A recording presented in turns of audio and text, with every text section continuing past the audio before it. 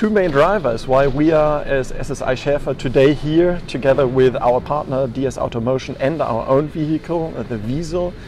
participating here in Dortmund at the Mesh-Up of the IFOY. The first main driver is that we are closely focusing on the vehicle market, and of course we do want to enable not only our customers but ourselves as well to integrate different kinds of vehicles within our solutions easily from scratch basically and normed and pre-thought at the end of the day.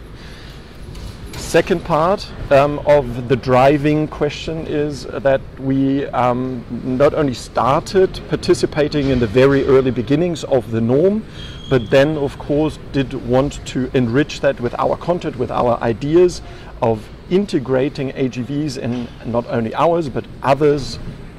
fleet controller environments easily for our customers, for us as well.